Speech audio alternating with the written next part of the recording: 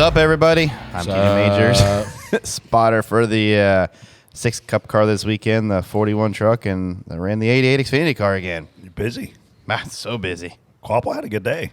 Yeah, we are averaging, a 10th place finish in 2 weeks. That's pretty decent for two first-timers. That's pretty good. Brett Griffin, spotter this weekend, back in the saddle. Austin Hill at Richard Childress Racing. Also went to Cleveland to spot the Lady Gamecocks win a natty yesterday. Yeah, I'm going to have to give TJ one idiot right off the bat because they're averaging a 10th place finish and they haven't finished worse than 6th with that 88 car yet. So I'm not really sure how that one works. Did but. Bubba finish never 6th? mind. I don't know what I was thinking. It was a total of 10. Yeah, and then I don't know what I was divided by thinking. 2 is 5.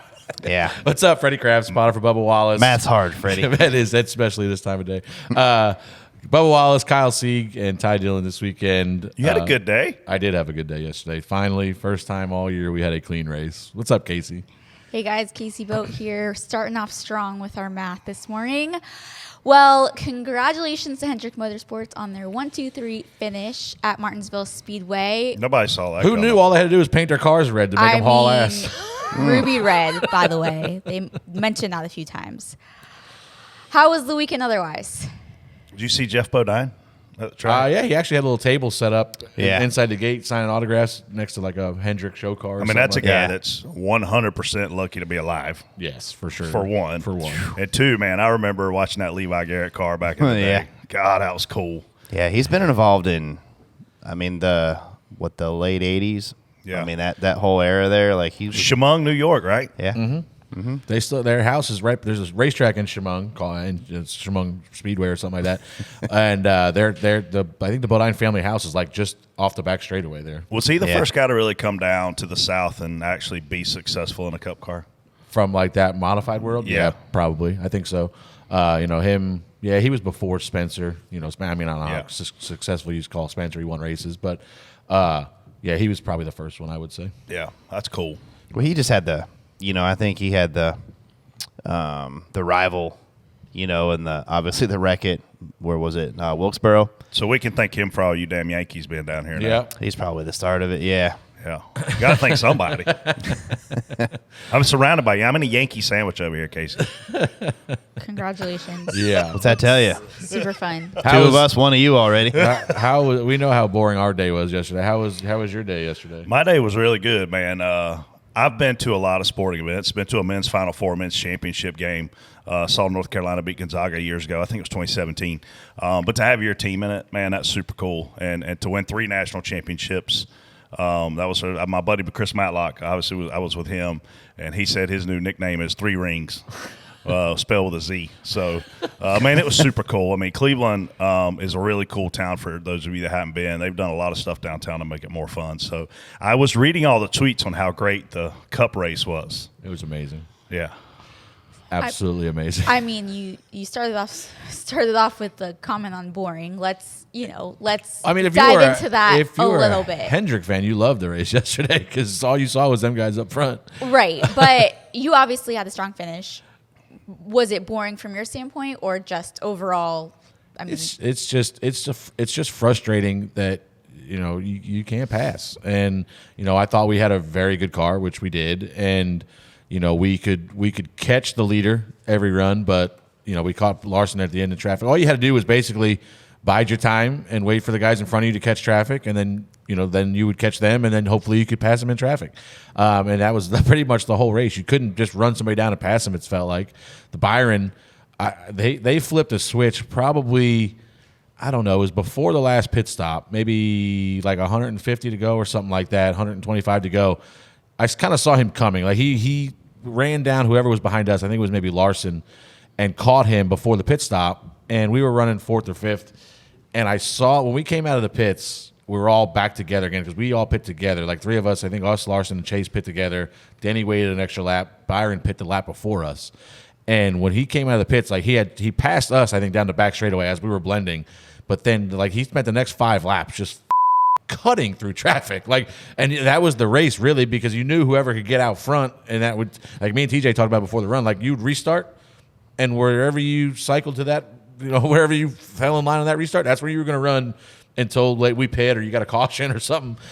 So like when he made that, he was like he was the only one. He cut right through traffic, drove to the lead, and then drove away. It was whatever they, Rudy or him found the second to last adjustment. They hauled ass the second half of that race. But yeah, I mean, it's just TJ. I'm sure your day. I mean, you were back there. I've never seen TJ. TJ hit the rail yesterday. His hands probably bruised because he was punching the rail all day yesterday. Because we were not very good, and when you're in the high teens, low 20s, and it's a fight. Well, we couldn't. I mean, we struggled on restarts really bad.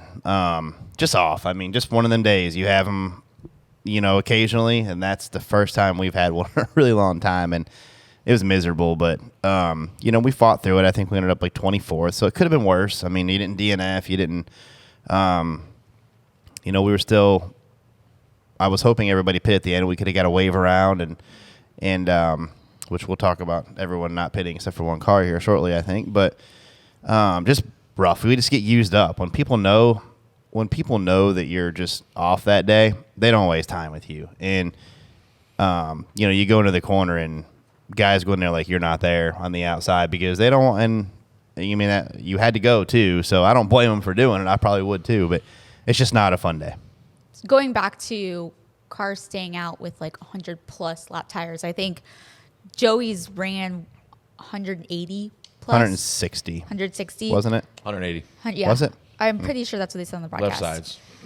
I Yeah. mean, we all know, I feel like we're hearing the same thing every week after a short track race, except for maybe Bristol. What's the issue with short track racing? Here's what I'm tired of. I'm tired of hearing about what we're going to do to fix the short track package, and we haven't fixed it. Listen, we're going to go test this. We're going to go test that. Like that's what we talked about before here, especially this is another example of it, and we saw a little bit of Phoenix. We go to Martinsville to test. Well, you know what that does? Makes everybody better. So I looked down yesterday at lap 100 of a run, and literally the 5 cars in front of us and the 5 cars behind us ran within a half of tenth of each other. Yeah. Like we ran like an 18 and everybody in front of us ran lower than a 24 and everybody behind us ran, it was like from a 20 to a 24 was like the number right there. Like, whatever, 21 or 20, and it was, everybody was a half a tenth. I'm like, Bubba, like I noticed he was like moving around trying to find speed. I'm like, dude, you're the same speed as a leader. Like that's all we got. Like everybody's running the same speed. You're not going to gain. You're not going to lose. Just don't make a mistake. Because, that's the frustrating part for me is I get it. Like you fire off. We've seen it multiple times at any racetrack, really. The race starts, everybody's kind of the same speed. But when you get to lap 100 of a run, there should be some discrepancy. There should be somebody who took care of their stuff better than others or whatnot. But, you look at the whole top 10 was like within, like I said, like a half a tenth of each other. It's like, God almighty, we tested it, and we saw it when we tested. Like, everybody's the same. Like, I think Briscoe tweeted, he tweeted before the race, holy cow, look how cool it is that the pole winner and 36th were only 4 tenths apart.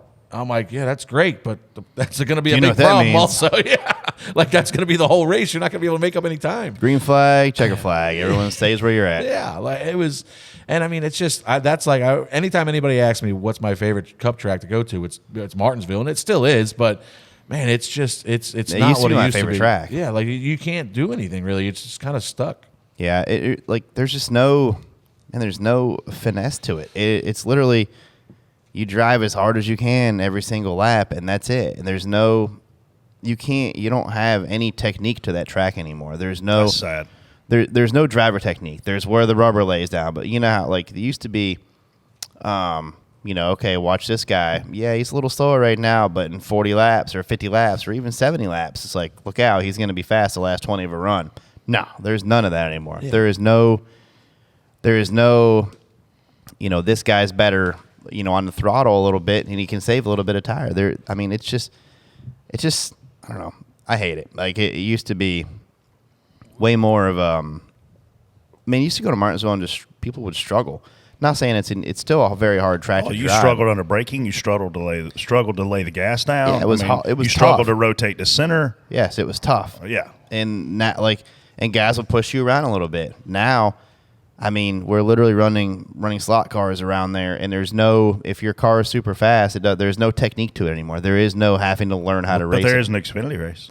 The Xfinity race is really good, and I wish you could just put 900 horsepower in an Xfinity car and let all the Cup guys drive them, because that would be a phenomenal race. You see, like we talked about it last week on here about mistakes. Like how many times we go to Martinsville and somebody would wheel hop into a corner and back it in the fence in practice. Half the time. So like Stenhouse was famous for doing it. If I felt like, and like obviously there was no incidents this week in practice. There was no incidents really in the race except for maybe guys running each other over, or having issues with wheels falling off or whatnot.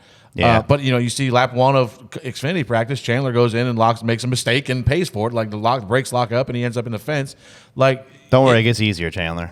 yeah. Like it's what I like. It's supposed to, and it's not supposed to. No, you shouldn't go. Like college shouldn't be harder than the NFL. No, you know what I mean? But it is. It is. Yes. That is going to be the best analogy that we probably give you during this entire year. Appreciate it. It's not supposed to be that way. Yeah. It's just. Yeah, I don't. There's just no mistakes. I mean, even Trey Ryan on Twitter, he sent me a stat and Freddie a stat that there's only 9 total DNFs over the last 6 races. That's the fewest ever in NASCAR history. When you look at Martinsville, you look at Richmond, you look at leaving those tracks, you expect attrition. I mean, you don't expect every single car to finish every single week. No, I mean that's what I said last week about. I think Corey finished last, and he was 4 laps down. Yeah, like that's unheard of. You know what I mean? Especially in a short track. Yeah. And then this week was anybody out at the race this week? 42. The 42. Yeah. At the end, yeah. That's it. I think maybe the 66, 66 broke after. Yeah. The 66 yesterday. When is the last time we had a blown motor? I don't know. I couldn't tell you. I don't remember when we blew one. I don't either. I remember we blew one at Sonoma because I went to the bar and came back up to the spotter stand, but I don't know if that was this car or not. You blew one in the Xfinity Series, but it doesn't count. Yeah, it doesn't count. Your buddy blew one at Big Al's. I don't. I remember the Cup Series, it being a thing. I mean, you'd watch a car grenade, and then you'd literally look around and go, "Oh, are his teammates going to blow up too?" Yeah, like those days are gone. Are they trying something? I'll here? tell you what one are they thing. getting? Thank God they made that race 400 laps yesterday because another 100 was just gonna. I mean, they might as well shorten the next one too while we're at it. It's just people, new fans don't know what they're missing. Obviously, you know what I mean. You don't really know. It's hard to describe. Like, but new fans aren't going to stick around if it's a parade. Yeah, I don't. I mean, there's just no. Imagine Xfinity car with even more power and better drivers. I mean, it's going to be. Guys hit each other in the corners in these Cup cars, and it doesn't even. It just launches them forward. Yeah, and there's not like I don't know. There's just. So that last pit stop, obviously, I think a lot of us were hoping for more of a surprise and how many people would pit. Denny pitted, which, I mean, obviously wasn't ideal for him. What would change that will allow more of a strategy or more something that people would be willing to try? It's just a tire. I mean, it would be unheard of years ago. We had 100 laps on our tires. We pit with 102 to go. And the green-white checker, it was a green-white checker, so we had 102 laps plus, whatever those yellow laps are. You were pitting. You had to come. That was unheard of to stay out on old tires like that, especially with, I think there was 14 or 15 cars in the lead lap at that point.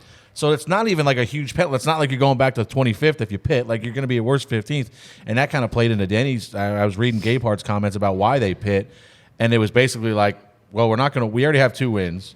We're not going to win from 4th on the same tires, so if them guys all stay out, you might as well come because 4th and 10th are essentially the same to us. You're giving up 6 points, but in the grand scheme of things, just trying to. And Denny, their hope is probably that if people see Denny coming, they follow him. I think that's what he was hoping for sure. And I thought they would. Yeah.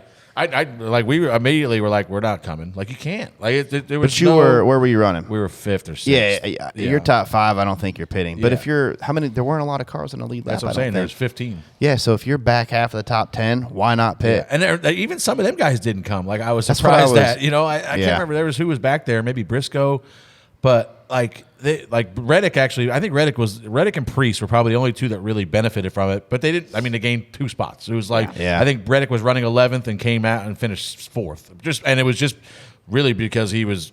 They should have been aggressive. They should have been like knifing through there. Yeah. Oh yeah. Back in the day, they would have had a chance to win basically from 11th, even as bad as that was. But it's just when I it was not that I questioned it. Like, when the yellow came out and Booty's like, we're staying out. And I was like, okay. I knew like, it was going to be. It's like initially you're like, wait, we're staying out on it, and then you're thinking about it. You're like, yeah, might as well. Why not? Like, I knew it was nobody going to be bad in practice. Whenever you look at the lap times, everyone's lap times were dropping the same amount. I knew in practice, we were really good all weekend. Like our car hauled ass. And we ran Hendrick down. He was a straightaway in front of us. And couldn't pass We him. ran him down and could not pass him for 30 laps. Bowman caught us from behind, and then we finally got around Hendrick, and Bowman followed us by him, and then we put a straightaway back on Bowman. And it was like, okay. The only thing that made that race, not that it was great, but the only thing that helped that race yesterday was that it was warm and it was sunny, and it laid a little bit of rubber so guys could run up a little bit and turn down. And that enabled a little bit of passing.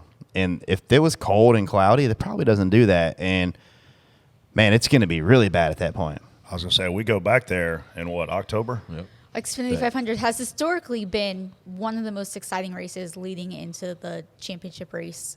Do you see any changes taking place prior to then? I hope the tire. It's the tire. Why not just bring the Bristol tire? Let us figure it out. You know what I mean? I promise you these guys are smart enough to make that thing get where they want it to. You could see it even in Xfinity. Like, I don't, there's obviously a different tire, obviously, but you would go out and it's like it's not. The pace doesn't slow down. It almost seems like the pace doesn't slow down because of wear. It slows down because of heat. Because the Xfinity guys, you would go out and you would run 20 laps, and your pace would slow down. I don't know, 3/10, 4/10, something like that. You'd come in, make an adjustment, and then go back out and run your fastest lap. Wow. Like, and After it was a heat just, cycle. after the tires cooled back down, and you made an adjustment to make your car better. But it seemed like everybody would come in, run, come in, and then go back out and run a 10th faster than they ran the whole time, and then they would have the same fall off. So it was like, it wasn't like the tires were worn; they were just getting hot, and then it would be. But it used to be like that. We used to know if you come out on cold tires, run a couple quick laps, then you fall right back off to where you were kind of running. I remember. I feel like you never really ran faster than your fastest lap. I mean, you would run faster than you stopped at, but you wouldn't run your best lap. You shouldn't run your best lap. Yeah, that's what I'm saying. That's what the Xfinity guys were doing. It seemed for us anyway. But it's also weird there, the way the track rubber's up and stuff too. Like it also adds into the how the times run. Like second group in Cup practice is always going to be slower because it lays a bunch of rubber and stuff. Well, before we head into the spot on, spot off, we could shift gears to the Xfinity race. Mention Carson running incredibly well. I mean, what do you guys think? How was it adjusting to working with Carson, TJ? Just no different than the week before with Bubba. You got a first-time guy, and Martinsville's a tough place to go, but you just go over everything, and he's been there before, so it wasn't like he doesn't have any laps around the place. He's got many laps around there in a late model, but this is a much bigger show than the late model race. Big show in the late model for sure, but like this is much bigger show, and he did good. He raced the racetrack all night. He didn't really buy into anything that was going on around him. If somebody caught him and ran him down, there was no pressure. He let him go. He drove a very smart, and he was able to settle in. He was able to settle in the long run. I wish we had a longer run because every time he'd get rolling there, the caution would come out, and he'd get up into the top 5, and the caution would come out for the stage or a wreck or something, and then would have to pit. And we've struggled on pit road quite a bit, so just losing that track position, him having to make it back up. But he did a really good job. I think Carson, I think he's got a lot of talent, and racing against a lot of guys with experience. Yeah, and honestly, he didn't have a run with anybody like all night long, and there was plenty of opportunity for it. He didn't buy in any of it. We actually took the outside on the last 2 restarts, took a big risk with it because them last couple that where cars usually end up is in the second and third lane. So yeah. But we didn't have anything to lose. We moved up a road to take them spots, and we kind of got lucky. It worked out, and he got through there. But yeah, the car was basically clean all night. Yeah, as big of a wreck as I've ever seen at Martinsville. Oh, that wasn't as big as the one that Dale Jr. drove through. Yeah, that was bigger than that. I mean, Dale Jr. that wreck, I thought we were wrecked 6 different times. Yeah, that was. I don't even. Did Brandon miss a shift? He had to Yes. have. he had to because he stopped. Yes, Yeah, he was on did the miss outside of us, and I noticed like we kept going, and he didn't. I'm like, ooh. That restart was jacked from well before we even went green because. So this, and nobody at home knows this, but we're rolling around, and right before 1 to go, they call out the penalty cars, and they said, I forget who, and the 98's a penalty car. So now we're choosing 1 to go, choose. So the 98 never moves. Nothing else is said on the radio. We're coming through 3 and 4. 98's a penalty car. 98 dropped to the tail. He don't move. He chooses. So now everybody, he's running mid-pack. I mean, I would say top 10, 6th, 8th, maybe something like that. He takes the top. So now, for all of us, we count. Like, we have to count. Everybody behind him gets screwed. So now I'm like, damn it. Like, this guy just now, like, we choose based on him in the outside lane because it's shorter, because it's one less car that's supposed to be up there. So we go up there, come down the backstretch. Nothing else is said about the 98. The whole roll down the backstretch, nothing else is said. We go green, 9 misses a shift. We all wreck. All right, so now we're all down at our official Kyle, and we're like, Kyle, what's going on? Like, they just said oh no, they took the penalty back. Well, nobody told us that they took the penalty back. So then they're like, oh yeah, they reviewed it and rescinded the penalty. Okay, whatever, fine. Then they go back to, we're sitting there under red while they clean up. They go back to yellow. They're like, bring the 98 down pit road. He's got a penalty. I'm like, well, did he have a penalty or not? Or you guys just let him restart second or up there on the top? I was like, it's like, then they had, that race. We had to re-rack him one time. They had a re-rack. Is that when they had to re-rack? No, that wasn't it. That was like, they should have done that at that time, but they didn't. Or at least move the 98 out of line. They did not do that. And then one time, they called I heard the choose get called in like the restart zone. And, and the front two guys go to the top. The front two guys are just up there like still warming their tires, and they go top. Whoever was third or fourth, they bailed to the bottom. We went to the 8 and us went to the bottom. Like, we're going to start third. And the guys on the roof were going nuts because, especially the leaders. And I was like, oh my! And they realized. Luckily, and I'll give them credit because I don't think in the past they might have done this, but they realized, okay, we screwed up.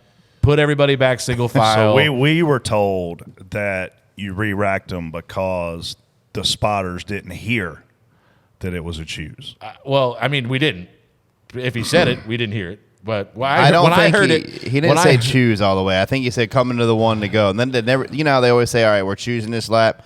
Because you always look at the flagman. When that guy rolls that flag up most of the time, that's what I look at a lot. Yeah.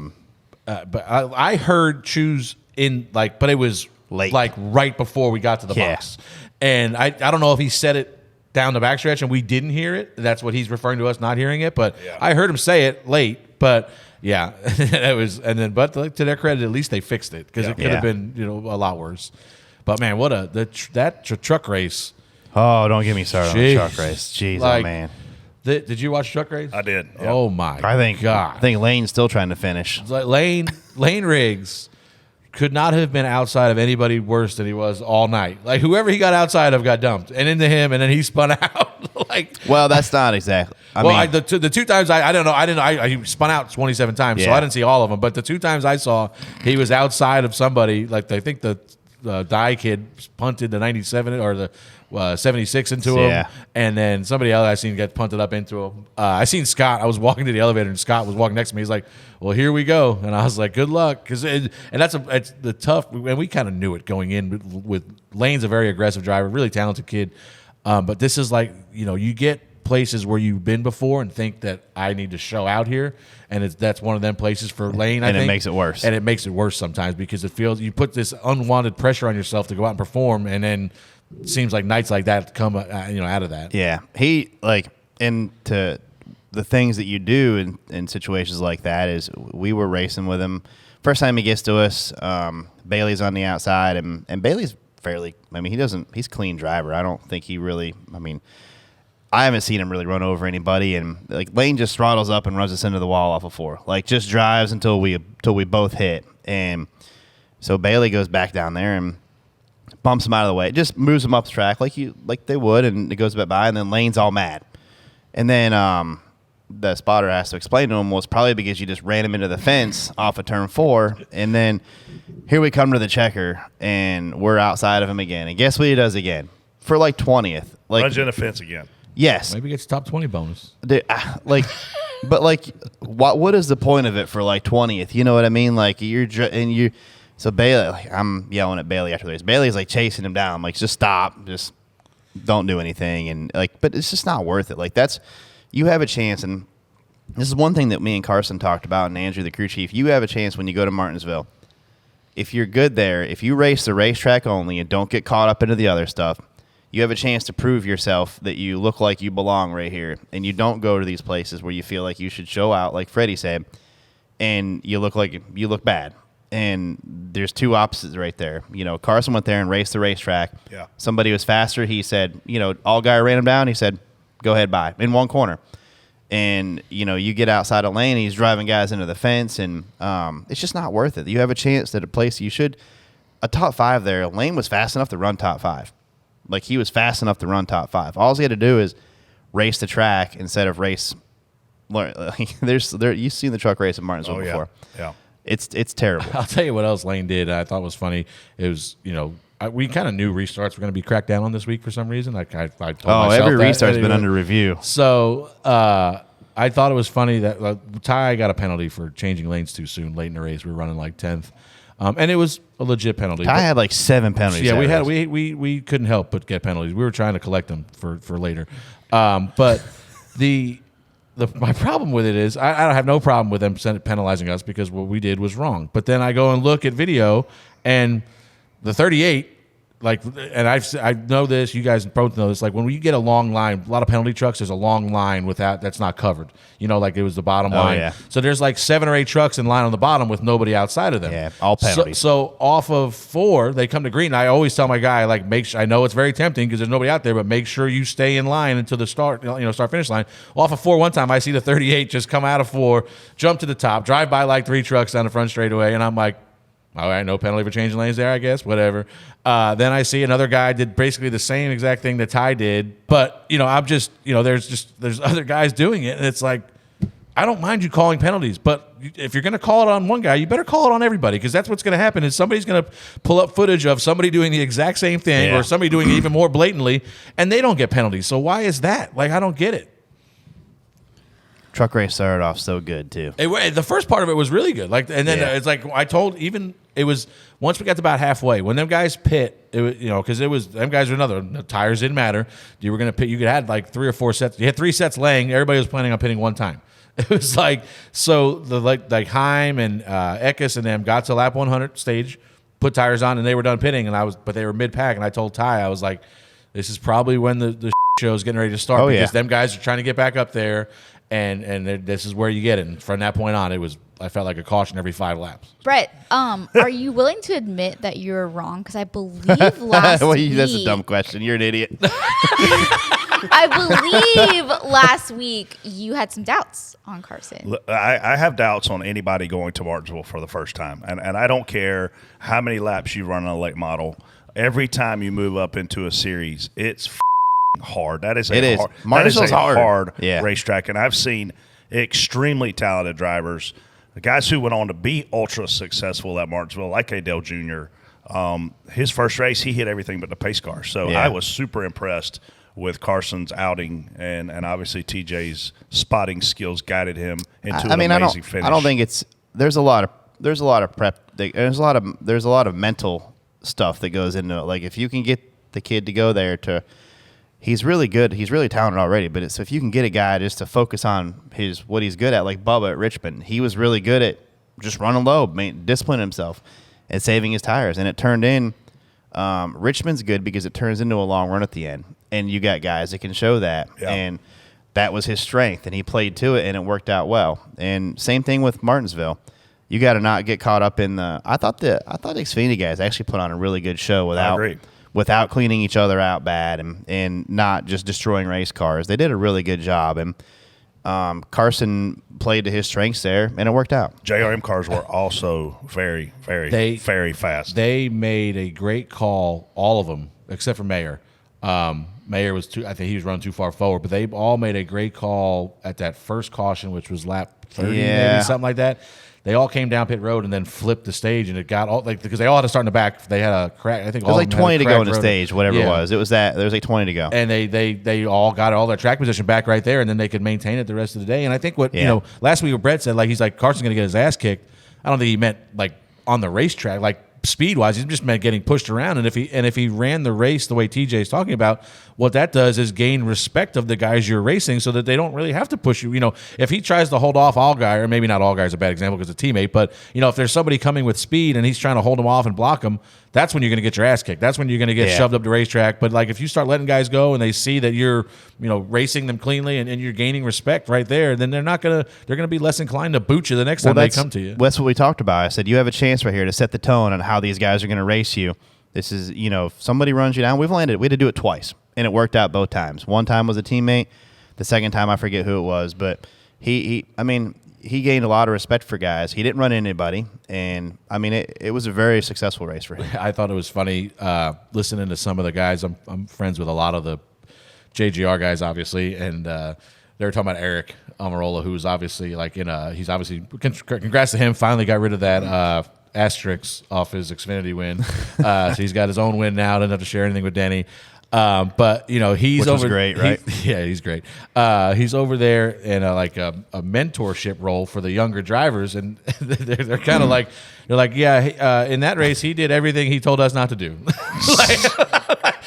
He tells them don't play games on a restart. He's been the king of the Xfinity Series right now, playing games. He looks like Joey in the front row, like waiting, or slowing down and going. Like they stacks the field up. We end up piling in the back of each other.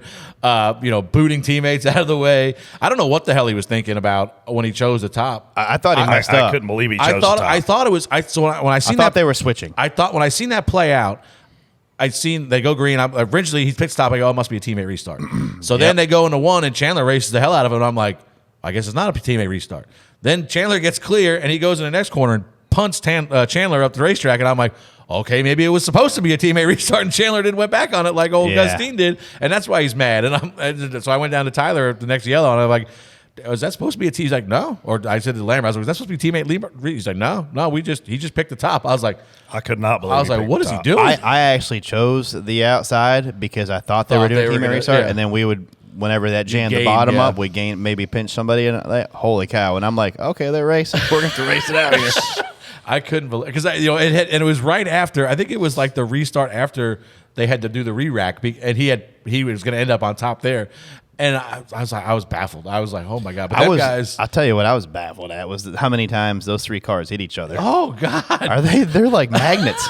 And then I'm gonna tell Sheldon Creed he's got to go to my buddy Jimmy Blewett's driving school of how to move people out of the way and benefit from it, because he just watch Chandler. He's trying to. You can't be a half a nice guy. Like you've got to. If you're gonna move somebody, move them. Like you can't try to do it nicely, because all you do is end up hurting yourself. There's a couple times where I could see him like he's like not fully committed to like, it's like just get rid of the guy. Whatever. He's got he's like, I got kid gloves on here. Let me push you a little bit, and then he doesn't do it hard enough, and then he puts himself in a bad spot. But those cars, good Lord, I mean, they were wailing on each other there. Chandler and Sheldon.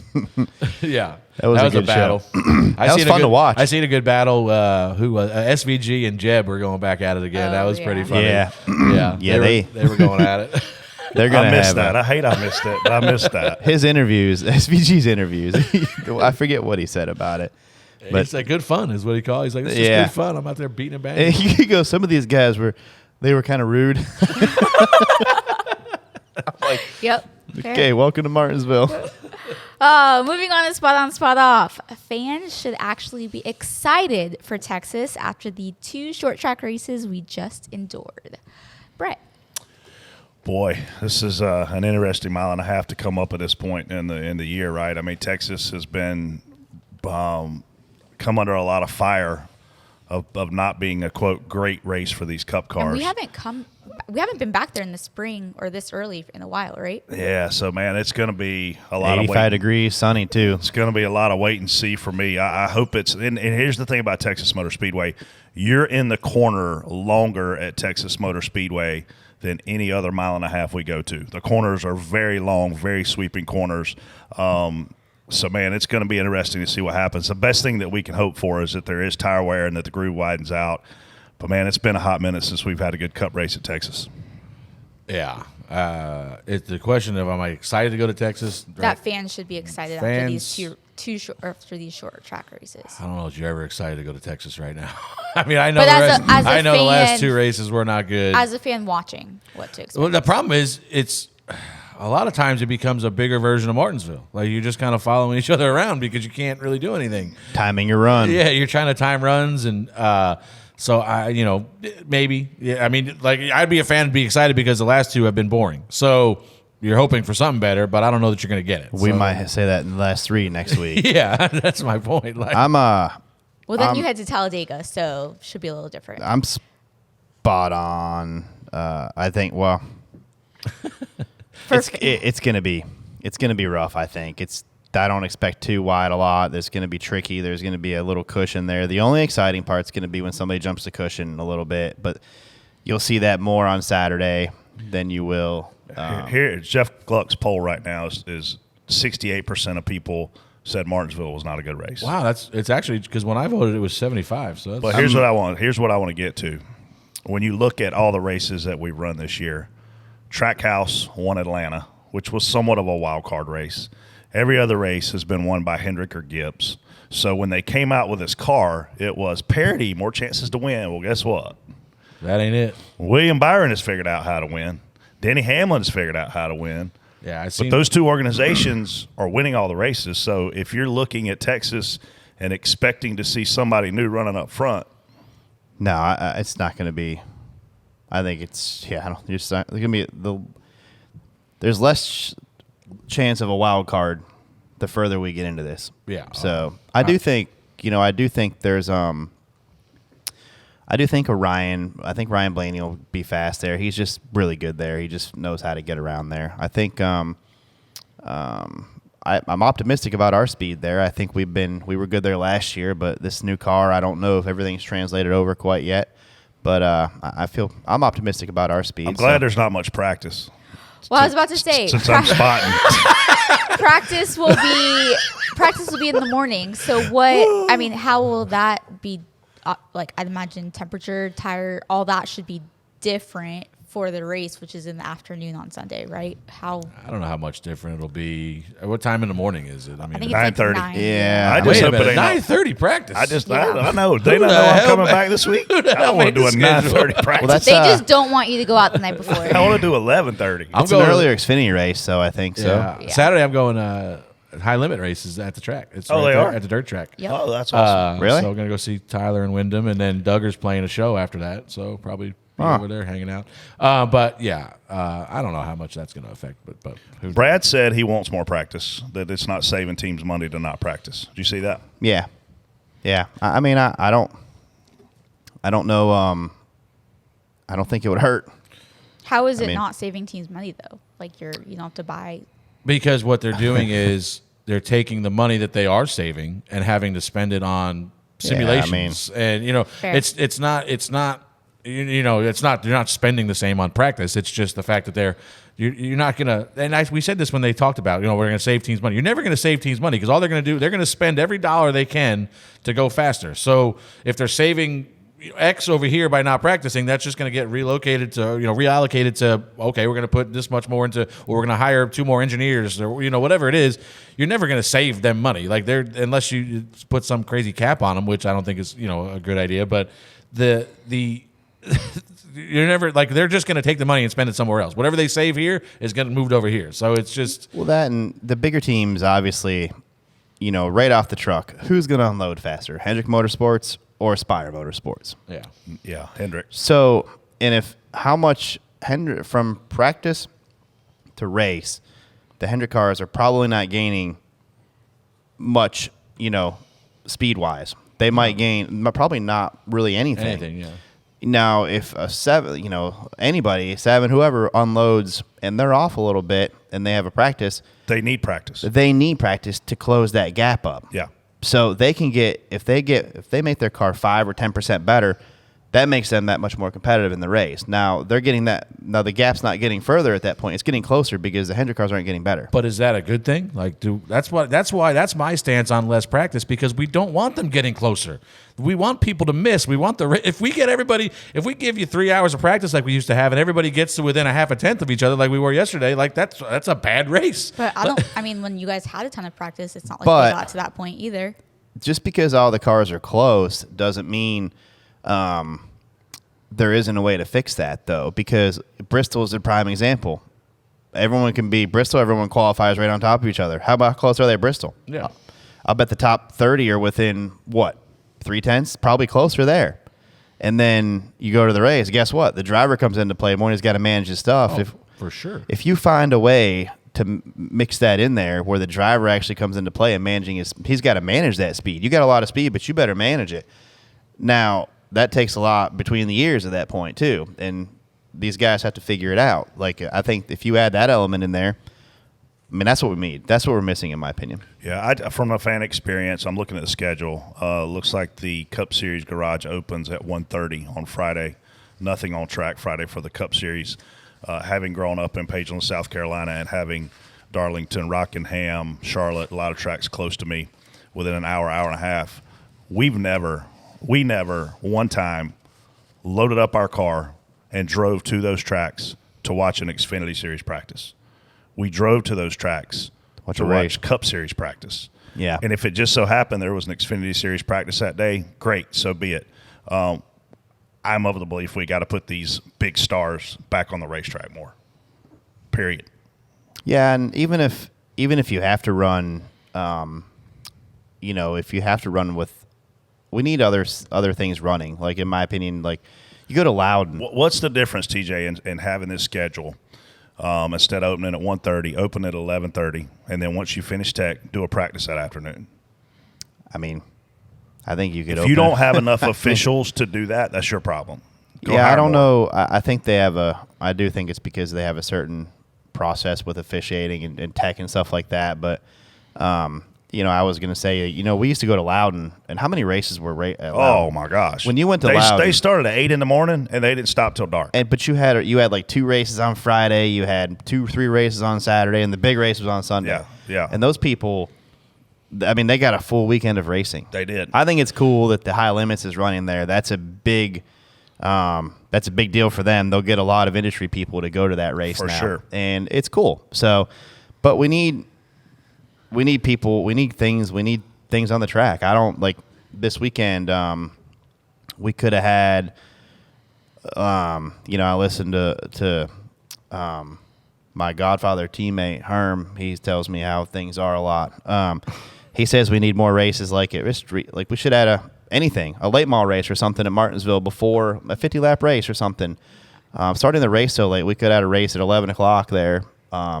Or just something. Well, they've never run a race on the same day as a Cup race. They do have the truck race on Friday, so there's something going on. Yeah, but what I just tell you, I know. I never packed up my car to go watch a truck race or truck practice. Like, it had the cup. The cup thing is what lures people in. I do have to give credit to Texas though, because they did this last year. They had the micro races leading up to it, which originally they were supposed to, and it got rained out because the weather's supposed to suck leading up to the race.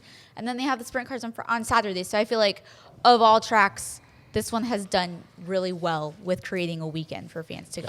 Speaking of Texas, I think Marcus Smith will show up this weekend. I'm sure Denny will love this. Spot on, spot off. Denny Hamlin and Marcus Smith's public feud and the apologies posted after. They had a feud? I mean, very public feud. I mean, at midnight. Oh, I was up for it. I actually woke up sick Friday night, and something I ate, I guess. But you stood next to me all weekend sick? it was something I ate. So I'm like, it was prime time because it was perfect because I got to witness the entire thing as it was going down. What kind of sick? Just ate, like start throwing up. So like food. Get away from me. Yeah. It's okay, Brett. I thought all I could think about, first of all, I was like, how is this real? Like, this is not real life right now. Was it funny or was it childish? I thought it was fun. I mean, I thought it was funny. Like both. I thought it was funny. Then it got here's where childish. I was at. It got out of hand. Like, so I thought it was, I think that Denny's we great. see it started with a picture of Denny is obviously great, but it started with a picture. Marcus is great too, by the way. Why don't you sell shirts that say Denny is great? Where is that at? We'll make it. I don't know why you only- haven't done that. But it started out with fair criticism, which I don't know where Denny's the context comes from Denny, but the pavement came up at Sonoma. Let me ask you this: has Atlanta had any issues since the repave? Have they had to patch or do anything there? No, I don't think so. No.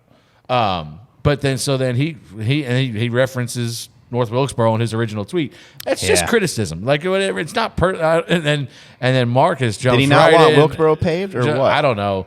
Because where is this coming from? Like, why that's what I said. Wilkesboro? I don't know what the context of it was. But then Marcus comes in right for the gut with the Call him. Let's find out. championship thing. What I kept thinking about the entire time that I seen this going back and forth was, I wonder how many texts Dale Jr. is getting right now. Because I feel like he's the optimum middleman for the two of them guys. And I feel like his phone probably blew up at some point during that. So in case you don't know what we're talking about, and I think most people do know what we're talking about, but Denny sent a tweet out that said, when paving on a budget goes wrong, North Wilkesboro will be next. And there is a picture of the asphalt that looks like it's about as thick as a sheet of paper that's coming up. In Where at? Which one? Oh, Sonoma? Yeah, in I Sonoma. saw that. And then Marcus responded with, this is a great post from somebody who doesn't know all the information. Ignorance on display for the world to see. I will delete this tweet when Denny Hamlin sends me a text or gives me a call directly to ask why this is happening. Then from there, it went to, you gonna read don't all need these to things? delete. We've seen your reconfiguration record. And then Marcus says, yes, we take risks. Sometimes they work, sometimes they don't. We've seen your attempt of the championships as well. Welcome to Reading with Britt Griffin. When you have a chance, well, we got to make sure people understand the context. When you have a chance, maybe you could give me some golf tips. So it went real personal. One of my favorite rap songs was 0 to 100, real quick. That was Real quick. That's what happened. When did you listen to rap before you went to that heavy metal, whatever? Yeah, Well, Goat on fire. But if you're sitting here watching this thing play out as a fan, you couldn't be happier. and I wouldn't put it past the two of them that this was. I mean, I don't think it was, but it would not surprise me if the two of them conjured this up for attention. I mean, it was all anybody talked about that night on Twitter. I don't the next think you day. I'll tell you what it did for Denny. It made people stop talking about his restart.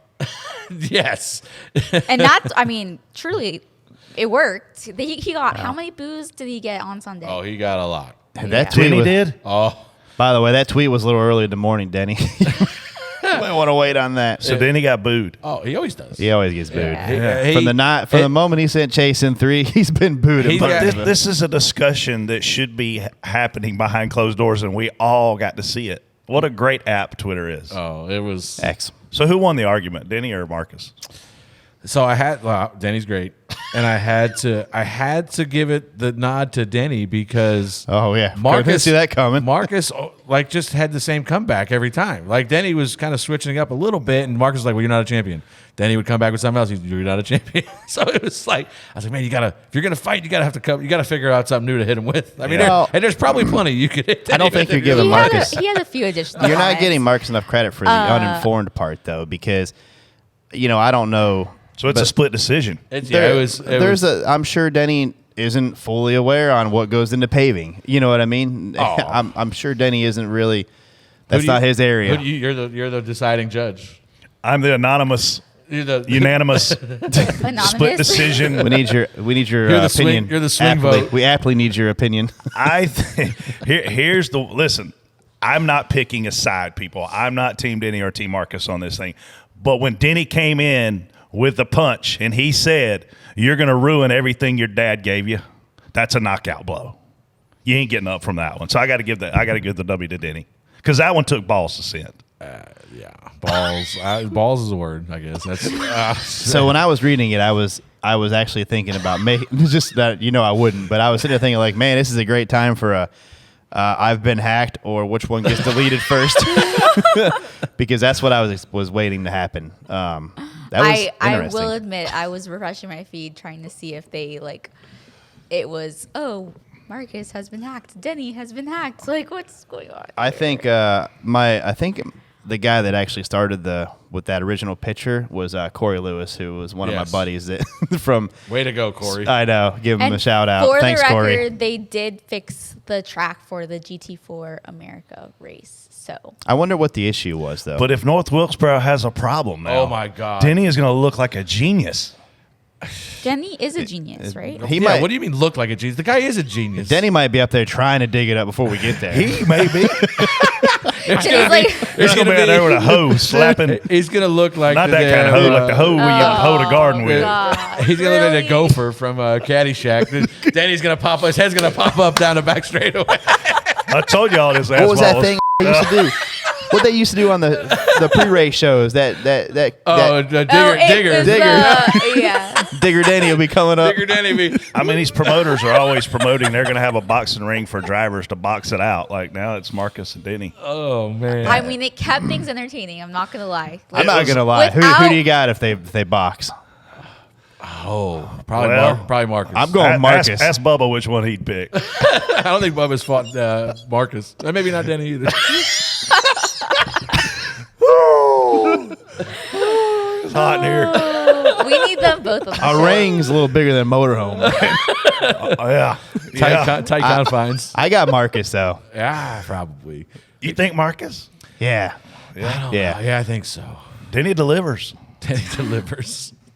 Yeah, but I mean, like I don't know. I got Marcus all day. Back on the on-track topics, Sam Mayer's comments after the Xfinity race, which were, "That's just NASCAR National Series racing these days," when talking about how every time he's been front of a JGR car this season, he gets punted. TJ. I can see where he's frustrated because I'm spot off because I mean if me and Freddie are racing for the lead and we knock each other out of the way and Brett gets by free of charge, the first one of us that gets free is not going to let him win that race. And you know, I mean it's Martinsville. I'm not 100% sure Sam wouldn't have made the same move if he was leading the race, got moved, and somebody got by, and he felt like he should still be leading. He's probably going to move the guy up the hill a little bit. But spot on. If he would have got destroyed, I would have been spot off. But that was probably one of the better Xfinity endings that I've seen without a bunch of cars getting wrecked. You know, usually we had it on a restart, but that was just a missed shift, and that would have happened. That would have happened in the truck race, cup race. If anybody misses a shift at a track like that, you're gonna have a wreck. So I have news for Sam. It's not. They're not picking on him because they've knocked out of each other all night long as well. So it's not Yeah, like they- it's not. It's he's not. He wasn't the lone wolf here. you weren't singled out. They were. It was just it was another product of how hard it is to pass at times. You know, like Chandler. Chandler was really good the other night, and he had to come from the back, and he did a really good job of managing his race till he got some track position. But you could see he was faster than some guys. Sheldon was one of them, where he's behind him, and a teammate, you're hoping for a little courtesy. He's giving him the little. There's differences, you see it. You know, you watch enough races there. You see he's going in the corner, like giving the small taps, like, "Hey, I'm back here. Hey, I'm faster than you. Hey," like for a couple of laps, and then finally just says, "All right, if you're not going to give it to me, I'm taking it," and gives him the big shot and moves him on the racetrack. But that's just how that place races, and that was even back when the cup races were great. That's how it was. Like you caught a guy, you gave him a chance to get out of your way. Some of the cup races, you had a little bit of teammate. Like if a teammate was better, you kind of let him go, but you got it back if you were faster. But Teddy Christopher used to say it best. Like it's like the 3-tap rule, and it was the first tap, let you know I'm here. Second tap is pick a lane, get out of my way. Third tap is you're getting out of my way now, So that's what that was. But that's short track racing. That's what it's about. And then it sucks for Sam obviously, but them guys, it was just brutal up there. And like you said, I mean, we've seen Sam fighting on pit road before, so it's not like he's at this racetrack. So it's not like he was been some angel in the past. I'm sure if he was in the 20 or the 18th position and it's the 20 and the 18 in the front row, he's going to try to move the 20 to get the win. So. It's just part of the game, and I mean he's right. It's NASCAR National Series racing, but everybody's going for a win in the closing laps of Martinsville. Bump and run's older than he is. Yeah. It's always been around. It's always going to be around. I think one thing to think about though is with these drivers these days, they do hold other drivers up because a lot of times their car will get better and or these tires don't fall off and you do get away. So, back in the day in Martinsville, if they were lined up behind you and you had a guy beating your rear bumper off, you pulled down, you gave him the outside to clear you, and then you obviously got right back behind him in the corner. You never gave up the preferred line because if you got moved out of the preferred line, you were going to the back. So this is just short track racing, man. Quit whining. Quit crying. That ain't the way to go. Well, let's hear what our listeners think on Reaction Theater. Sitting on the couch, just got done with stage 2. My 5-year-old looks at me about halfway through stage 2 and says, "Dad, why are the cars not trying to pass each other?" Junior was saying earlier that all we care about now is having all the cars in the same picture so it looks like they can pass each other. If you're not fooling my 5-year-old, then who are we fooling? That's what I was curious about, and I'm glad the poll was backing up the fact that it wasn't a good race because I was worried that we were close together, and once we got in traffic, we could kind of dice around a little bit. It was still really hard, but you could make moves based on a guy getting stuck behind somebody. But I'm concerned that it doesn't look bad. You know what I mean? Like it if you don't know enough about like why we can't pass. Like, it's almost, oh, wow, they're all together. Like, the top 5 were always on the same half of straightaway. Yeah. And it's like, this is not, I mean, I get it. We're all together, but it's not good racing. So I'm glad to see the pole is still, The only time it got good is when Joey's tires started fading from having 180 million laps on them. Yeah. When Joey started fading, he was making it hard to pass, and, which was exciting because that's what guys do, but they were able to get by him, but that's like the only time that I saw where it got. And you had to have it like Denny. I thought had a really good car. Obviously, the Hendrick cars came on second half; they were unbelievable. But Denny, I think Denny was a little bit. We were second to Joey at that point. We ran him down, caught him, couldn't pass him. Then Denny caught us, passed us, and passed Joey. And then we passed Joey when Denny did. So it was like it's just stages of good cars. Like, I think Denny was a little better. He could pass the two of us. Then we used him to get to 22. It was just. It's just so hard to pass, and it's so frustrating to do it. Clint Boyer's got all the answers.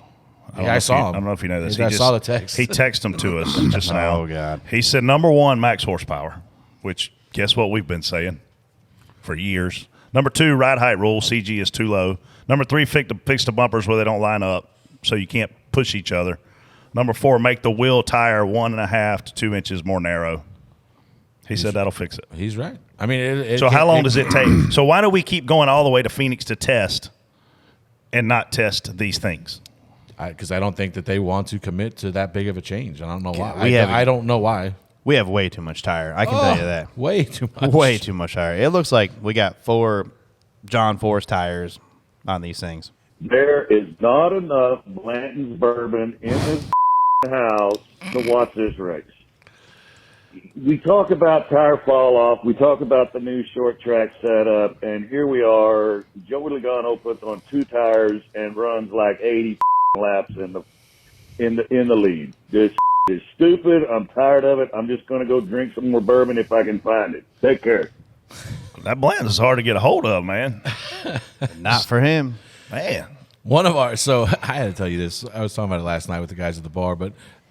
So we have codes. Obviously, everybody's got them, and our codes were different stuff. It's like a broad topic, and then you say stuff related to that topic. And yesterday, Booty and Bubba are bourbon drinkers. So sometimes it's a bourbon code or whatever. And yesterday they're calling it out, and I'm like, I don't know what we're doing. It's like this thing you said could relate to all 3 of our general topics. I'm like. As long as you guys know what the hell's going on, I'm good because I don't know what it is, and I think it might have been a wire type Bubba that money for me. Yeah. He got to give me my bourbon then. Yeah, I believe I gave. I think didn't he give it to you? No, he gave me the Elmer T. Lee. He's ordered me something else. He might owe some money now. I mean, I'm willing to take it What since an I idiot. texted you, Freddie. Yeah, Just saying. We had I said we had a clean race. We couldn't have a clean race yesterday but we get all the way through the race. Great day, second in both stages, finished 4th, great last restart. Everything's going great, perfectly clean day, and then Bubba goes and says the word shop on pit road like a Now he's going to get fined. God, just can't get a whole clean day in, but we'll maybe try again did next the same week. thing here. It doesn't say airspeed on the building, though, does it? I don't think so. No, it's just airspeed. That's the name of it. I drove by this morning on the way from the airport to here, and I saw the McDonald's car going through one of the tunnels. That's pretty cool to be on 77 and see a race car right there Yeah.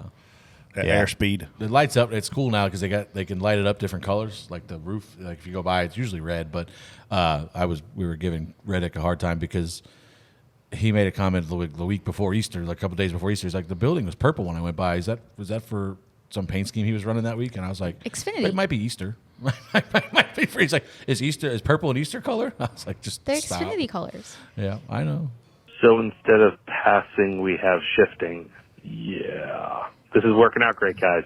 Phenomenal race. Who gives a shit? 400, 500, who gives a f***? I mean, seriously, what the f*** are we watching? This car sucks. I'm tired of everyone telling me how great it is. I hate this car. I go faster in my car. This. This is horrific. I mean, this is about as much fun as watching that one weird ant cross-stitch Faces of the Family that you really don't put up anywhere except that back bathroom that Grandpa goes in to remind everybody that old people smell funny. Yeah, that's what this is. I'm sick of it, okay? What? He doesn't like his aunt that cross stitches. What the hell is he talking about? You don't know what cross stitching is? No. By the way, these cars Is that are like really crochet? fast. Is that like crochet? No, it ain't nothing like crocheting. You actually take this piece of cloth and you make little bitty X's to make a design. Cross stitching. So interesting. Let's move on. It's a sport in the South. A sport? You compete at it? You learned at your textile plant back in the day. Man, I tell you what a crazy day. Freddie, man, congrats on your guys' run all day in the top 5. Hell of a day, man. TJ, I'm still trying to figure it out. If y'all are still even at the racetrack and race. I don't know what the hell happened to y'all all day, but my God. So I say that, and I'm kind of wondering, we're almost 3 full years into this car, and we still suck as a sport, I feel like. Now, we do have great races here and there, but there is no way NASCAR as a body can really think that race and how they nut rode Hendrick Motorsports the entire time. You say nut road? If they think that's okay for the sport, or they think that that's what fans want to see. What a joke! Cross stitch me some nut roading. I've never heard of nut road. Nut road. Have you? No, I don't think so. Are these guys right with their complaints? Yes. I mean, yes, that's it. Yeah. It was not the Martinsville that we were hoping for. It's listen, you can bash the car all you want, but the car did help mile and a half racing. I don't think that's really debatable. But it hurt the stuff that was the stuff that made our sport really exciting. Short track super speedways. This car has demolished that right now, in my opinion. Yeah. And maybe it's the tire, maybe whatever it is, but we need to get those two things back to being really exciting because we don't.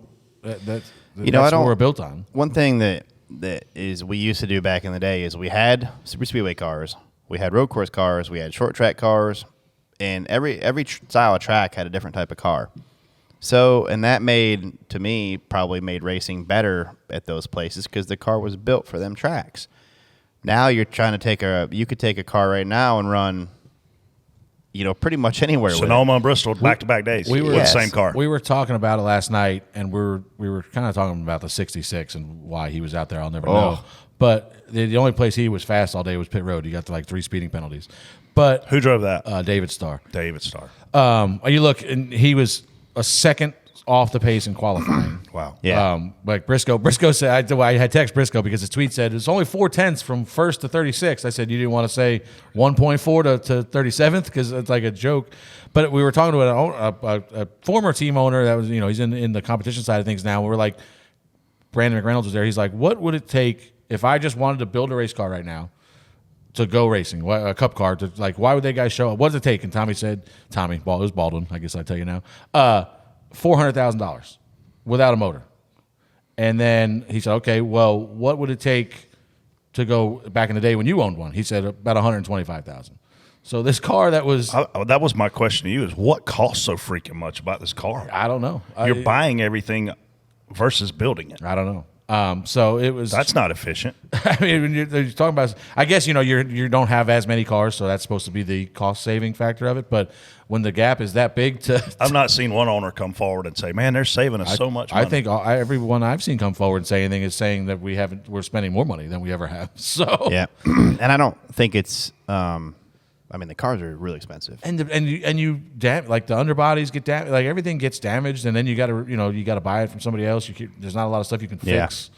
You can't fix anything. You saw you guys Can't fix anything. Even if you don't have another one, you can't fix it. So it was wild to hear those numbers last night. But are there even minor changes that can be made to this car that Apparently not.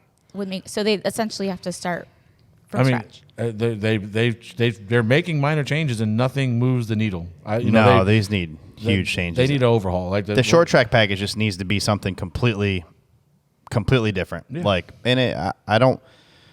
We can't take the same stuff that's going to work at Talladega and Daytona and Atlanta and Charlotte and think it's going to work at Martinsville. I mean, could you imagine 5 years ago saying, "Yeah, I'm running my Daytona car at Martinsville this week"? I mean, guys literally leave this track and say, "I can't wreck this week because I got to run next week." Yeah. And the brakes are too good. The tires are too good. The brakes, dude! They can drive. Everything about it just screams. This is never going to be a good short track car. No. Yeah, and it's what it says. Like when Clint drove, you could spin the tires all the way down straight in fourth gear and not be shifting. These guys are shifting and gripping up. I mean, when these things grab, they grab. Like you can tell these cars. You know when a guy downshifts and did you get hit in the middle of the corner yesterday at all and shoot out of the corner? No.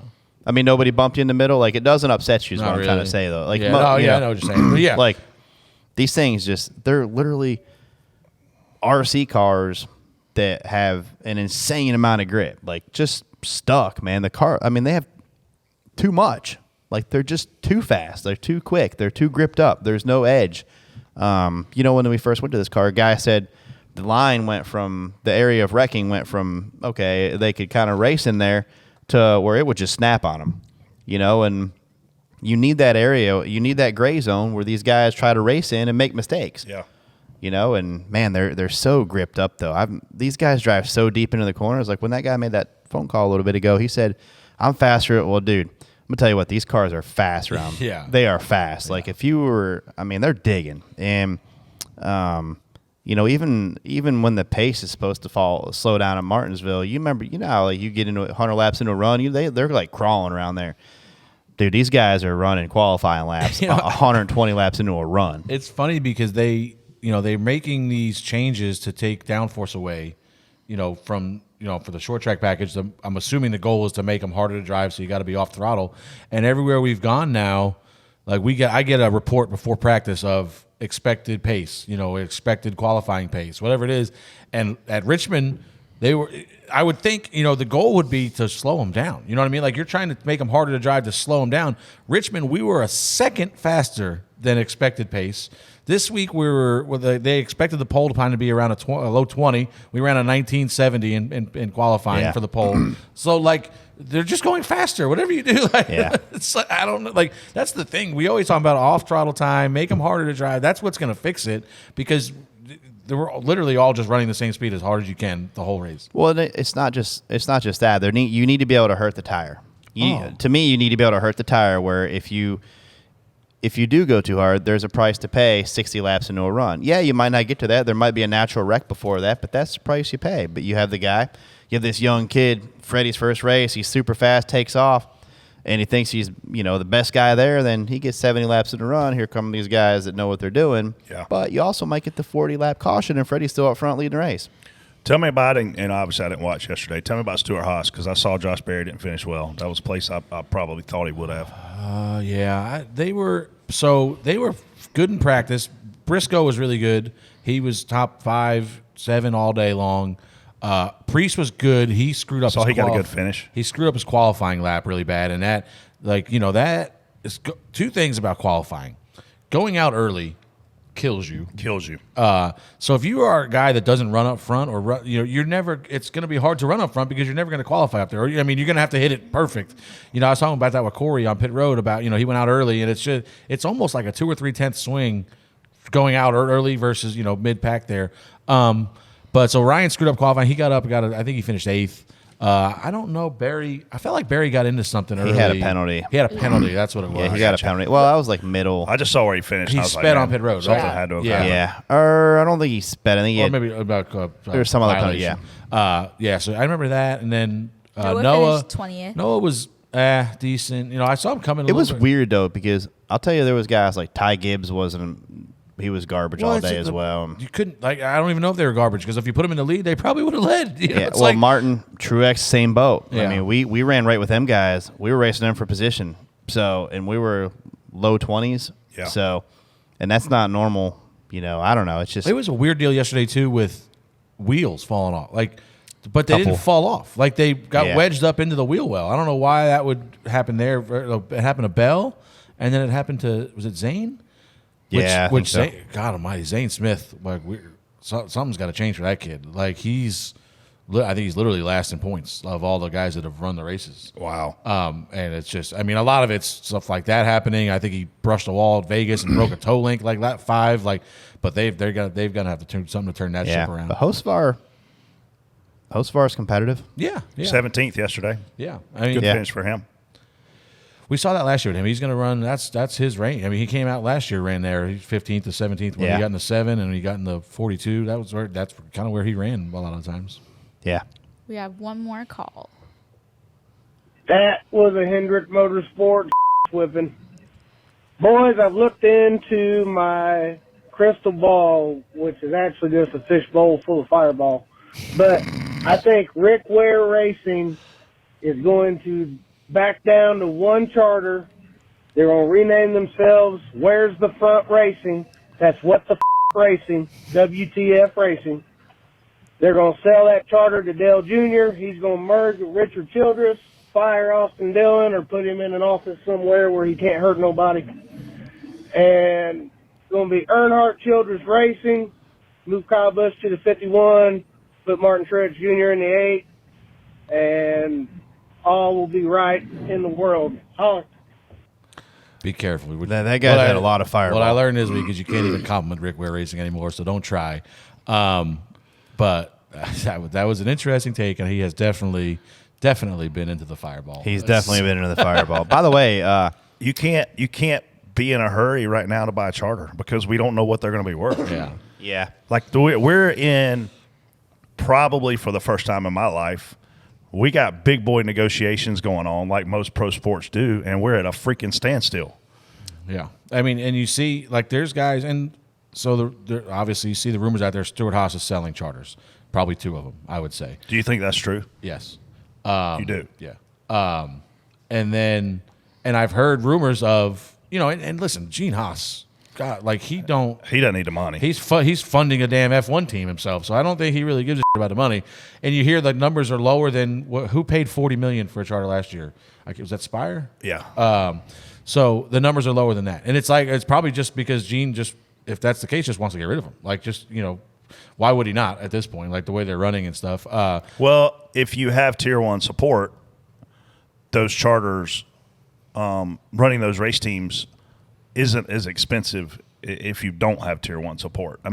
When you guys hear Tier 1 support, you're talking $10 million a year coming from the manufacturer, plus a lot of perks, right? Yeah. If you lose that, then I could see why selling a charter would be attractive to him. But if he has that, I don't see why it would be attractive to him, knowing how rich this guy is. Well, and you say that, but we've also heard the rumors that they're losing their Tier 1 status at Ford.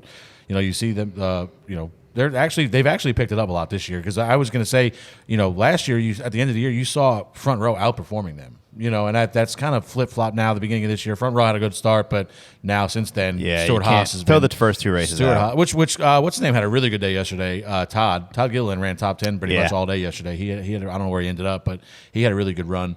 But yeah, so that's just what I heard. But it's going to be interesting. I will say that we've got to. But listen, man, we're we've got to get this deal fixed. Oh, 1,000%. I mean, and here's the argument. Like, you ask yourself, or I ask you, what do you need more? Do you need NASCAR or do you need owners? And in today's world, I had a conversation with a guy about this. In yesterday's world, right, you built everything from the ground up. So teams probably had more leverage then than they have now. In today's world, NASCAR could literally buy all the parts and pieces and put the cars together in Concord, and then whoever drives them drives them. Yeah. It's a different world. And they've gone up from 28% to 42% on the revenue sharing, and the owners are going, that ain't enough. Well, what is enough? And when are y'all going to figure this out? You think maybe that had something to do with that Twitter beef we saw the other day? Maybe, but you can't. Like, I don't know how we can just keep acting like this ain't a big deal. Another part of that guy's call there, touching on Freddie's topic as well. The Kaz actually ran a really good race yesterday. He was low 20s right there. He ran long at the very end, just trying to hoping for a caution because it would have really helped him. Yes, it would have so helped he's him like a lot. 27th or something. Yeah, he ran just him and Justin both ran between 20th and 24th most of the time. So that's still a step up, like Listen, in the right man, direction. Here's the biggest improvement that Rick Ware Racing has made. How many times did they used to be the last caution of the race? Yeah, nothing. I mean, it felt like hundreds of times a year. We only ran 36 races, so I know that's not accurate, but that's gone.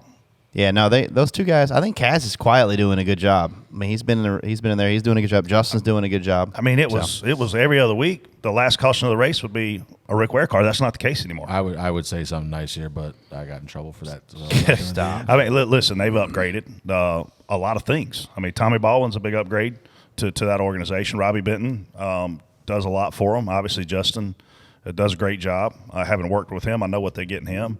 I think they're in a good spot. Well, if you have a thought, be sure to use our new number, 704-802-9572. We got a new number? Well, I guess it's kind of not really new anymore. Our standard number now.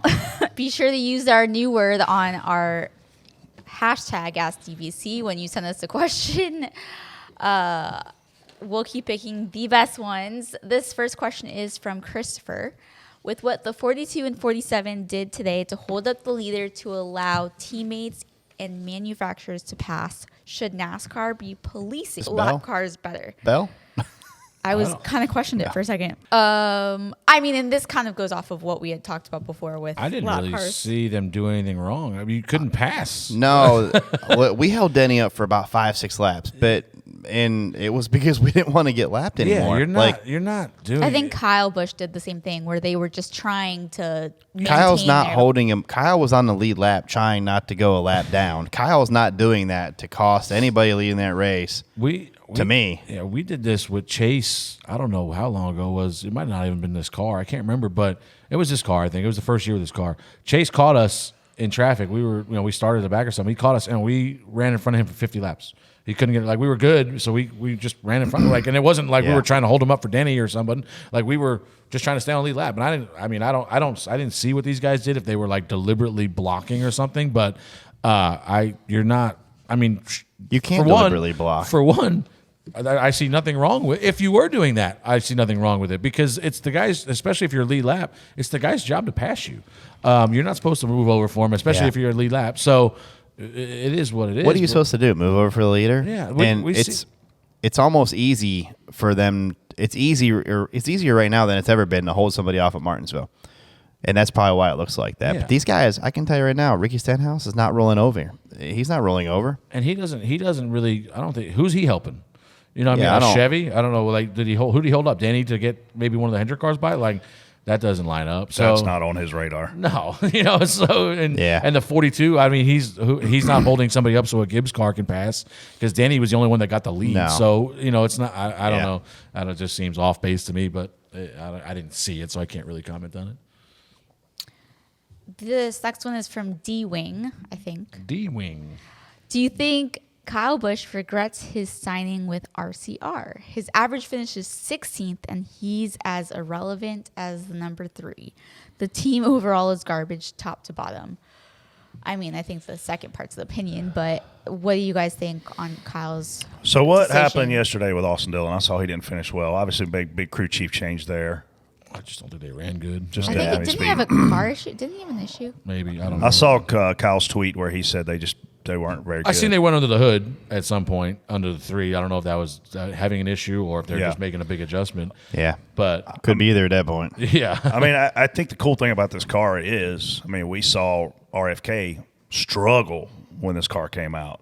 And look how much better they've got. It's just a matter of finding the speed. Kyle Busch is one of the greatest to ever drive a race car, and RCR is very fortunate to have him. I don't see any way, shape, or form they let that guy leave ever. And, No matter what you got to pay him, you can't lose it. And I don't think he's regret. I mean, I'm sure he would like to probably still be at Gibbs, but that wasn't an option for him. So, this is the best option he had, and It'll turn. Yeah, I mean, he's going to be fine. They're going to figure it out. He won 3 races the first year he was there, Yeah. and Yeah. you know. He didn't just forget how to drive. He didn't forget how to race. These guys, it's just, you can't be on top the entire time. No. This next one is from Chris. Is William Byron the next Jimmy Johnson? Very few mistakes, and when they take control of a race, they finish it. Sometimes with the best car, and sometimes without. What do you guys think? I don't think there is another Jimmy Johnson. Not that I mean, he's going to be a very, very good race car driver. He's going to win probably 50-plus Cup races, I would say. I don't know that he ever gets 7 championships, which I don't even know that if he did win 7 championships, even comparable to Jimmy, because it's 2 different eras and it's formats. one race championships versus Jimmy's Chase championships. So yeah, I mean, I don't. It's unfair to William to compare him to Jimmy Johnson. William is going to be a very good, probably future Hall of Fame race car driver. But here's the thing, though. He's the first driver to win 3 races of the first 8 races since Kyle Busch did it in 2019. And the other guys that have done that, Jimmy Johnson in 2010, Kevin Harvick 2018, Kyle Busch 2019. Those guys that's big company. Well, I mean, I said he's going to be a Hall of Famer. Do you I mean, think he's the next Jimmy Johnson? No. I don't think you can get to that stat now. But how do we know? Yeah. I saw Caitlin Clark play basketball yesterday. She's better than advertised, by the way. She looks better in person than she does on a TV shooting the ball. Will we ever have another Caitlin Clark? Will anybody? Well, it's hard. It's easy to play if you can't touch the person. You couldn't touch her. Oh, bro. If you laid a fingernail on her, it was a foul. I don't know. I think William Byron is – Listen, William he's Byron, a hell of a lot better than I thought he was going to be, and I thought he was going to be good. Yeah. Yeah, I agree. When I He's seen done him, really when well. I seen the moves he made to get the lead, and once he got the lead, I knew he had control of the race at that point. I don't know if his car was that much better, or if he was the thing that really boggled my mind was we come out. So like, what's the worst thing? You pit, green flag stop at Martinsville. What's the worst thing that can happen? A caution. Yeah. So I come out. We come out. Toast. I beat on Bubba's. I beat on Bubba's head. Like, we cannot have a caution here. No matter what happens, don't make any mistakes. Don't bring out a caution. Well, Byron just goes in there and he's laying the bumper to people and moving people and darting through traffic. And I'm like, damn it, don't cause a caution, William. Hey, guess who won the last race in Texas? Probably William Byron, I'd imagine. William Byron. Oh, that's right. We should have won. We it up. I think we had to poll too, didn't we? 13 wins and 224 races. Yeah, I mean, he's going to win easily 50 races, I think. I mean, unless something, I hope nothing happens. But if his career goes out as long as, it should, I mean, he should win easily 50. And that puts you in elite company. Elite. Moving on to One Idiot. Who do we have this week? Well, it was going to be Daniel Dye for me because I heard he told a spotter to kiss his ass.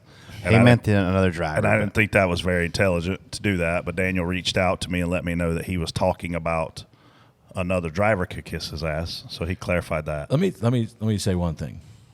Take the radio stuff away from it. You could still give him the award for how he ran that race because he looked like an idiot out there. Like, you can't, for what they were fighting over is one thing. You're running a teammate down to the curb for no reason when the teammate's on tires. There was one point in the race where Ty, we just got clear. I don't know, like we were on the outside of him. It was a restart. We get clear of him. Like I don't know if somebody maybe got in the back of him and got him a little loose or whatnot.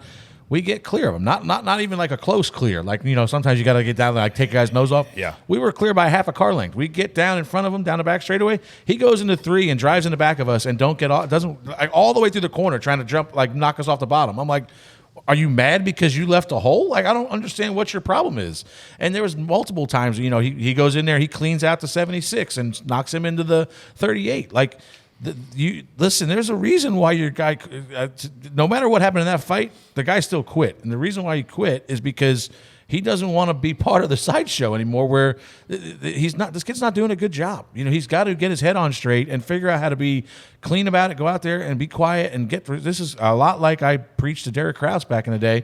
You're going to have to do a lot to earn these people's respect back, because right now you don't have any. And it's case in point, when your spotter quits because of this, maybe it's time to look in the mirror and go, we got to clean this up a little bit. Well, he's not my what an idiot, but obviously he's one of yours. My what an idiot is a country music singer who decided to throw a chair off of a 6th-story building last night in Nashville, Tennessee. Morgan Wallen chunked a chair off the building. Chunked it? Threw the chair, according to the police report, threw the chair off the top of Eric Church's new bar. And guess where it landed? Right beside the 2 police officers. Guess what they did? They went in there, pulled the footage, and took his to jail. He's my what an idiot. That is a stellar what an idiot. Whoa. Remember that time one of Spotter left a chair go off the roof? Oh, I was standing beside of his dumb too. That's your boy. The wind was blowing 50 miles an hour at Phoenix. I'm not kidding you. And Chicago was sitting out there in a chair. It's just something about him in the part where it's not fenced in. He's the only idiot out there in a chair. Well, he stood up. Guess where the chair went? Over the side.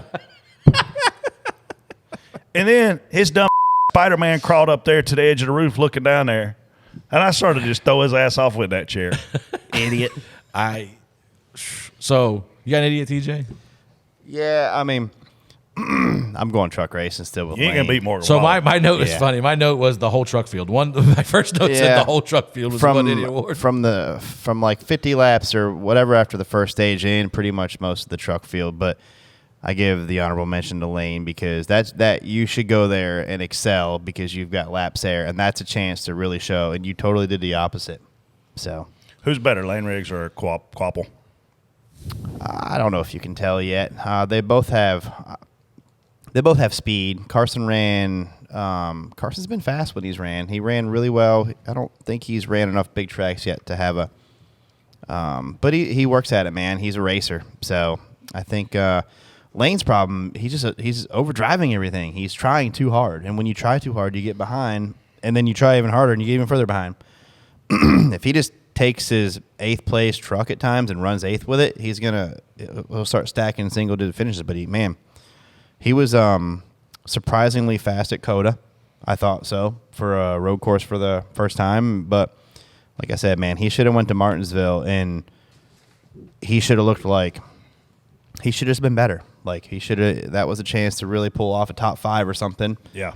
Or have a good showing. If you get shuffled at the end, fine. But at least show that there's progress. Right. I think Kvapil's in an amazing spot.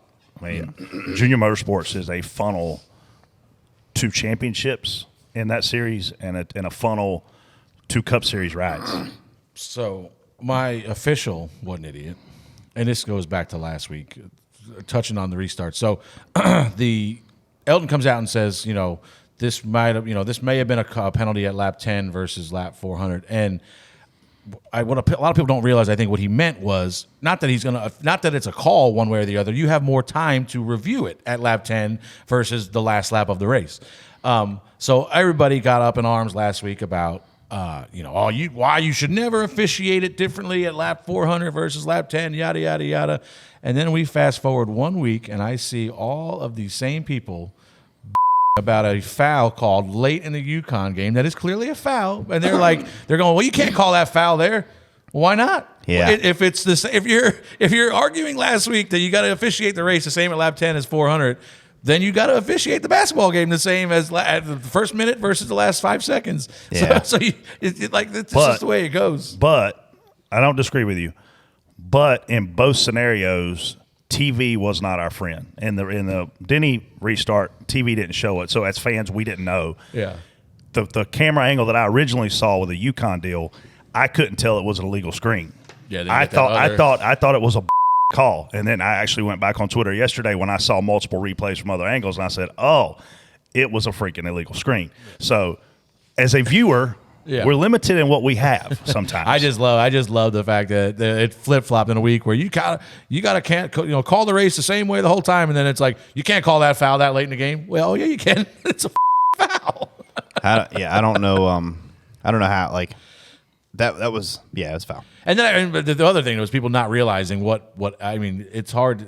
Elton spoke. What he said wasn't correct. That he should have elaborated more on why it was a penalty at some point, maybe not the other, because of it's literally just how much time you have to look at it. You know? And I know everybody said that we'll just take the time and look at it. And I'm like, you don't want 10 minutes to go by while they're reviewing a restart while we're trying to figure out who's supposed to be celebrating. So it's just. But I thought that was fun this week.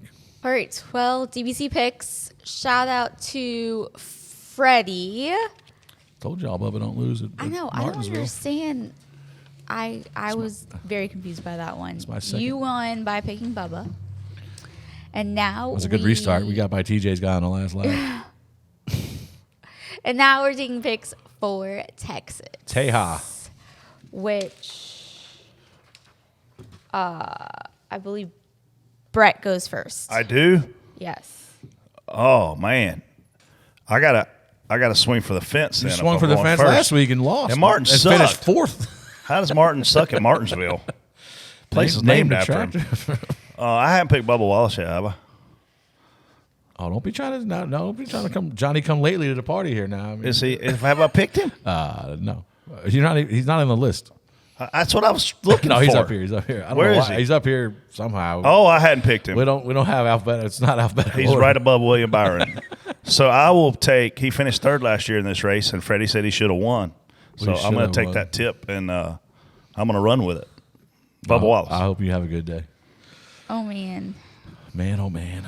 I'm stressing. I didn't get tips for picks Oh, this no. week. Well, your tips suck anyway. You tell Mapes he's 0 for whatever we've run so far, 7. So I know. I need help. You have 0 wins, Casey. I mean, maybe your tips suck.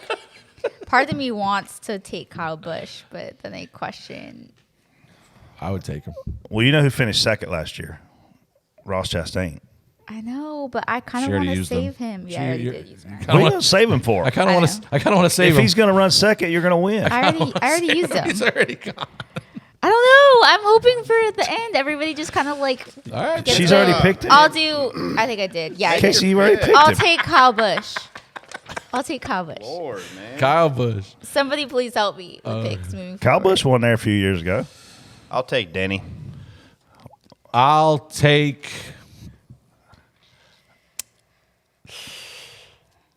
William Byron. You have to, if you're trying to win the race, you have to pick JGR, i.e. Toyota, or That's what I was gonna say. If I gave you 5, we were talking about that earlier with the teams. Like, if I gave you 5 picks, like to tell me 5 guys that you're gonna bet on to win the race, I'm taking Larson, Byron, Denny. it's gonna be 5 guys from those 2 teams. But that's every race now. That's I know that's our the point. issue. So like next week, I don't That's know. what they said. The parity, the parity. Like that, we're talking about this, not our picks. We're talking about in general. The parity is gone because if you're asking us to pick winners, we're going to give you guys from those. Basically, name those 8 drivers first, and then go somewhere else.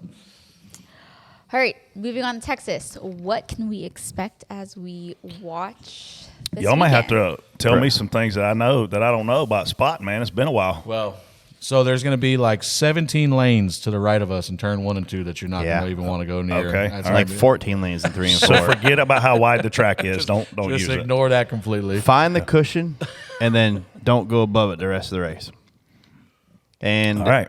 if the guy is running high in 3 and 4, just run high in front of him.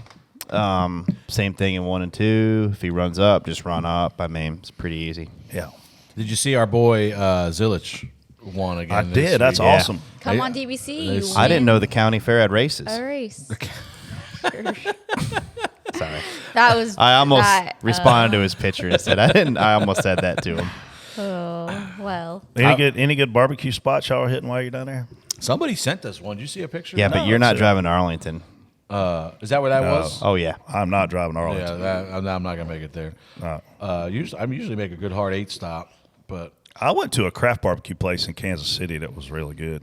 I'll tell you, some of the best barbecue I had was that place we went in. Was that Richmond? Austin? No, Richmond. Was it Richmond? ZZQ? Oh, Richmond. Yeah.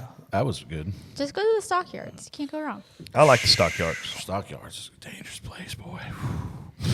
Maybe odds be ever in your favor. Everywhere's a dangerous Saturday place. night I'll be Saturday night I'm gonna. Or I mean Saturday afternoon I'll probably be over there going. I'll be at the dirt track, which I think is right there. Right, it's on the back. It What is. time's that start? I would assume around sunset. Probably like hot laps at like 6, 7 o'clock. How do we get in? We tell Larson put us all on the list here. Yeah, it's call Larson. Yeah. Somebody probably hard cards maybe. Brett, are you going to make any friends this weekend in Texas? Me? Back on the spotter stand? You get your spot back? I want to wear my cowboy boots, I think. You please wear your cowboy boots. Yeah. Please. You should wear it at the with track. your jorts. With shorts. With your jorts. Yeah. Please. I don't remember where you stood at Texas.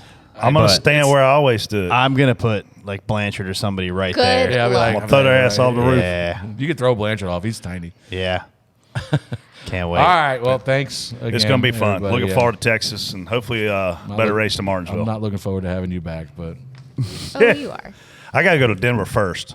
So I'm in Denver for 2 days. it's not that far. It's like No, 20 not Denver, North Carolina. Denver, Colorado. I'm in Denver 2 days, checking out some stuff, and then I'm flying to Texas. All right. Well, you good luck with that. Have a Pew, great pew, week.